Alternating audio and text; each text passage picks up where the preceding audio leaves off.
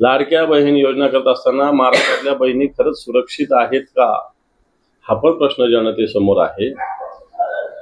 मी परवा मुंबईला उरण, कोपर, खैरणे भागात गेलो होतो। ज्या पद्धतीनं हत्या घडल्या बहिणींच्या, दुर्दैवी आहे।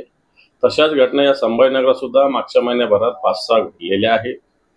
आणि मला असं वाटतं या महाराष्ट्रातील माता भगिनी सुरक्षित नाही।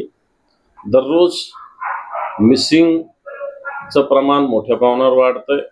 आता याला सरकार म्हणेल मिसिंग झालेल्या पुरा सापडतात, या म्हणण्याला कोणते अर्थ नाही, तथ्य नाही। परंतु माता भगिनीवर अन्याय अत्याचार या महाराष्ट्रात मोठ्या प्रमाणावर चालू आहे। इकडे अशा पद्धतीने अन्याय अत्याचार करतात, इकडे लाडकी बहीण म्हणायचं, मग हा दुतोंडीपणा सरकार करतंय।